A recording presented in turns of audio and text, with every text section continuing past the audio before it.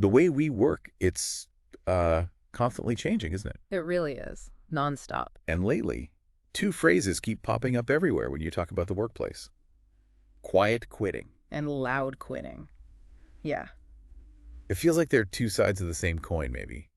Reflecting some, well, pretty big shifts in how people feel about their jobs. Absolutely. And, they're not just buzzwords, are they? They really point to something deeper happening in the whole employee-employer relationship. We're seeing, very different reactions to maybe similar pressures. Right, different ways of showing it.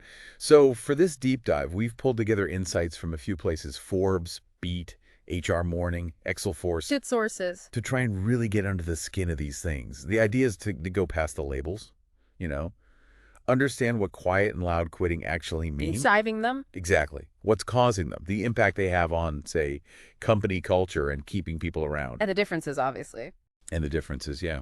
And maybe most importantly, what companies and real individuals, too, can actually do about it in this new landscape. And really understanding these trends gives you, the listener, a pretty useful way to think about things like employee engagement. Right. What makes people happy or unhappy at work, and just how that whole relationship between people and their employers is, well, changing. Okay, so let's kick off with quiet quitting. When we say that, what does it actually look like? It's not someone literally handing in their notice, is it? No, not at all. Fundamentally, quiet quitting is about doing the minimum, just what's in your job description, basically. It's the requirements. Yeah. Sticking to your hours, doing your tasks, but not really pushing beyond that, not doing the extra stuff. So resisting that pressure to always go above and beyond. Precisely. The sources are quite clear on this. It's not about planning to leave. It's more a rejection of that hustle culture. That expectation of always being on, maybe unpaid overtime. Exactly that. It's pushing back against those unspoken expectations.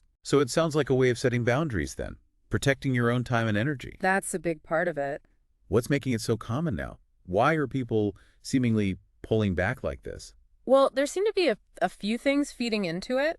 Forbes mentioned a big survey, Work Human IQ, pointing to this general pushback against burnout. People are feeling disconnected. Disconnected from the work itself or the company. Both, potentially.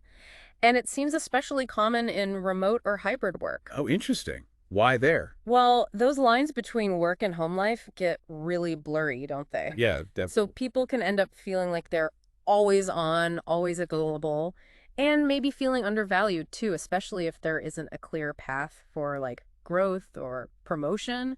That makes a lot of sense. The flexibility is great, but it can easily creep into your personal time. For sure. And the Beat article points out how the pandemic really accelerated that blurring. Suddenly everyone's working from home, the boundaries just disappeared for many. Combine that with maybe wages not keeping up or growing awareness of toxic workplaces. Okay. And you can see why people might think, why should I give extra effort? HR Morning also kind of touches on this idea of equity. Maybe quiet quitting is a way for someone to balance the scales in their own head. How so? By reducing their effort to match what they feel they're getting back in terms of pay or recognition or just general support. Okay. A sort of silent recalibration. I'll give what I feel I receive. Something like that, yeah. A quiet way to find some balance. So if someone is quietly quitting, what are the signs? How would you even notice? It sounds quite subtle. It can be. But HR Morning and Excelforce list a few things to look out for. A definite drop in engagement is key. Just seeming less interested. Yeah. Maybe more absenteeism or sick days than usual. You might see performance dip or projects take longer. Productivity might just level off. They do the basics, meet the minimum requirements, but there's just no spark. Less enthusiasm. Right. They probably won't volunteer for extra tasks. They might skip optional meetings or team events. The non-essential stuff. Exactly. And, logging off right on the dot, 5 p.m., boom, gone. Okay, so it's a pattern. Reduced involvement, sticking to the script, but crucially, without making a fuss about it. Generally, yeah. No open complaints. So what's the impact of this? If people are just quietly doing the minimum, how does that affect the team or the company? Well, it can be pretty significant. Forbes mentioned a McKinsey stat. Oh, yeah. Estimating that for median S&P 500 companies, the cost of people leaving and just being disengaged is huge. Around $282 million a year. Wow. Okay, that's serious money. It really is. And quiet quitting definitely feeds into that disengagement cost. Wow. Beyond the financials, though, it can really hurt team morale. I can imagine if someone's clearly checked out. Exactly. It can stifle innovation, too. And if it becomes common and nobody addresses it, you could see higher turnover rates down the line. Which undermines the whole company's success long term. Right. Excelforce also mentioned just decreased productivity overall in the sense of, like, stagnation. If people aren't happy but aren't saying anything. Yeah, nothing. Yeah. Nothing changes. Things just stall. Pretty much. Okay, right, let's flip the coin then. Loud quitting. This sounds, well, louder, more obvious. It definitely is. Loud quitting, as Beat and HR Morning describe it, is when employees are openly unhappy and disengaged. So the opposite of quiet. Very much so. They vocalize their dissatisfaction. They might talk about wanting things to change, or, quite often, that they're planning to leave. Okay, so what makes someone go public like that? Isn't that risky? It absolutely can be. Beat described it almost like a kind of performance. A performance? Yeah, like a dramatic public way of checking out or resigning. The reasons vary. Maybe they want to expose what they see as unfairness, hold the company accountable. Like a whistleblower almost. Sometimes, perhaps. Or maybe warning potential hires away. Don't work here, it's terrible. Right, sending a message. Yeah. HR Morning suggests it often comes from just sheer frustration, a real desire for change. And like quiet quitting, it can sometimes be about feeling unfairly treated. The equity thing again. Possibly. Voicing discontent loudly, maybe hoping it leads to better rewards or conditions. Or, as Excelforce notes, it could just be someone standing up for themselves, calling out a toxic culture. So they've reached a point where they feel they have to speak out, whatever the consequences. That seems to be the gist of it, yeah. So what does this look like? What are the signs of loud quitting? It must be easier to spot. Oh, much easier. HR Morning and Excelforce give some clear indicators. Lots more complaining, for starters, and doing it openly. Not just muttering under their breath. No. They might flat out refuse tasks they think aren't essential. That's not my job. Yeah. They might share their negativity with colleagues, which can, drag others down too. Spreading the disengagement. Exactly. And then there's the more public stuff, criticizing the company on social media. Oof, that's bold. It is. You might also see more conflict generally. Arguing with managers, openly pushing back against decisions they see as unfair. Wow. And yeah, openly talking about looking for other jobs or just bad-mouthing the company to anyone who will listen. That sounds like it could create a really toxic atmosphere very, very quickly. It absolutely can. So what's the fallout from loud quitting? What kind of damage can it do? Significant damage. Both Beat and Excelforce really stress the hit to the company's reputation. Makes sense. Bad press, bad word of mouth. Which makes it way harder to attract good people and keep the ones you have. Excelforce also points out it can be contagious. Like one person leaves loudly and others think, maybe I should too. Exactly. You could end up with a wave of resignations. Plus, obviously, productivity takes a hit across teams. And sudden departures leave gaps, right? Disrupting everything. Big time. And the public nature of it all just sends a really bad signal to potential future hires. They might see it as proof of a toxic workplace and just steer clear. Okay, so we've got these two very different ways people react when they're unhappy at work. Silence on one hand, shouting on the other. But the articles suggest they actually spring from the same place. That's a really crucial point, yeah. Despite the totally different ways it shows up, HR Morning really emphasizes that the root cause is basically the same. Job dissatisfaction, disengagement. Right. So the feeling is similar, the expression is different. Pretty much. Now, Forbes brought up this interesting idea of using curiosity as a way for leaders to respond. How does that work in practice? It's a great point they make. The idea is, if leaders approach someone who seems disengaged, whether they're being quiet or loud about it, with genuine curiosity. Instead of judgment. Exactly. Instead of jumping to conclusions or getting defensive, if they actually try to understand why... Might get somewhere. Right. They can uncover the real issues and maybe start rebuilding trust.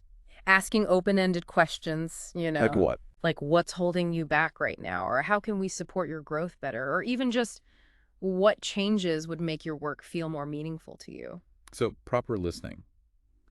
Trying to understand their perspective. That's the core of it.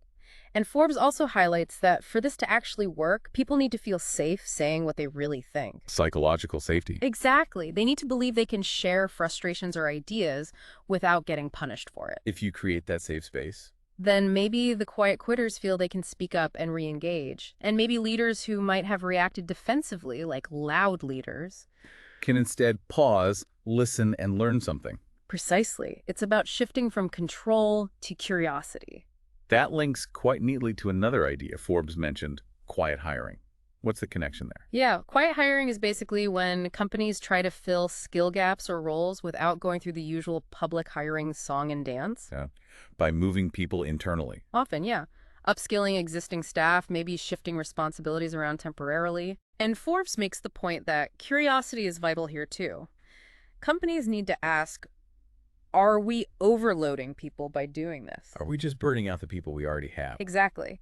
How do we make these internal moves feel like an opportunity, not just more work? And what's the long-term plan so this doesn't just lead to more disengagement down the road? Right, ensuring these internal fixes are actually sustainable.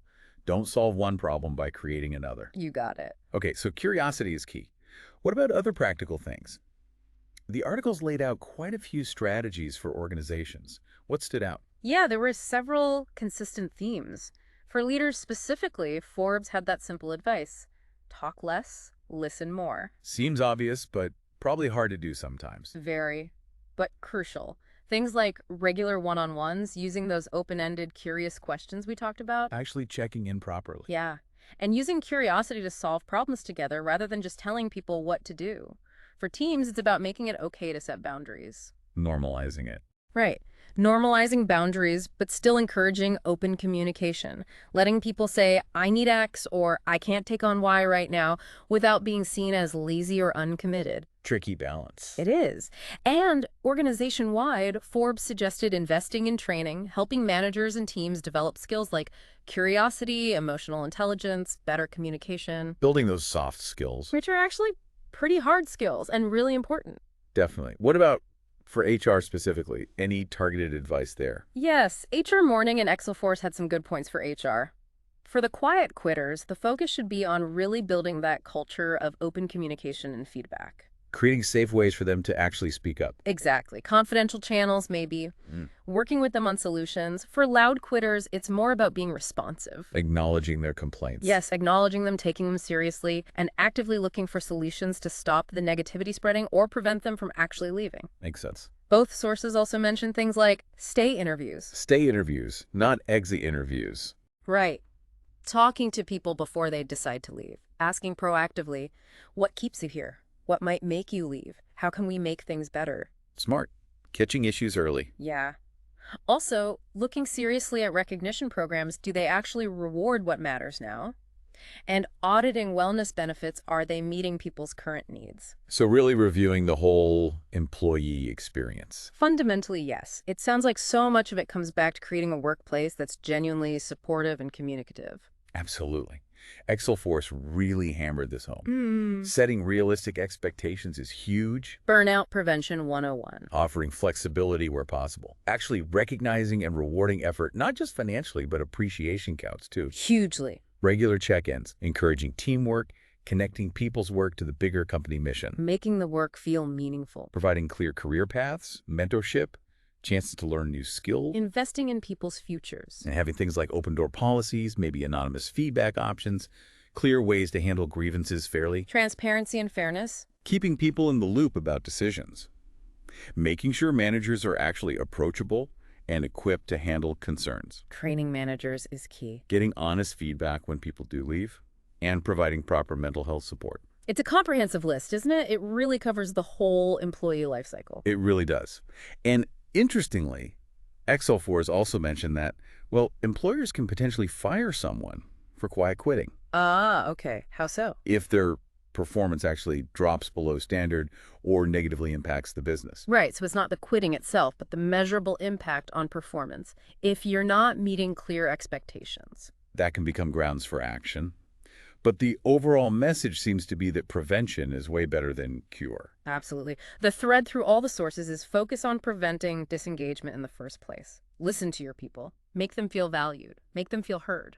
Okay, so pulling it all together as we wrap up this deep dive, what are the key things to take away? I think the main thing is understanding that quiet quitting and loud quitting, even though they look so different on the surface. They come from the same place. Exactly. Rooted in dissatisfaction, feeling disengaged. And both have real serious impacts on culture, productivity, keeping good people. And the answer isn't to clamp down or ignore it? No. The effective way forward seems to be getting curious about the why, understanding the root causes, and then being proactive with strategies that build communication, recognition, and really support employee well-being. Really valuable insights there. It definitely makes you pause and think about your own workplace, doesn't it? For sure. What signs, subtle or maybe not so subtle, of either quiet or loud quitting might actually be there? Mm-hmm. And maybe what small changes could actually make a difference? Help foster a place where people feel more engaged, more able to communicate. Where people feel like their voice actually matters. Exactly. Yeah. Definitely something to keep reflecting on, especially as this whole employer relationship keeps shifting.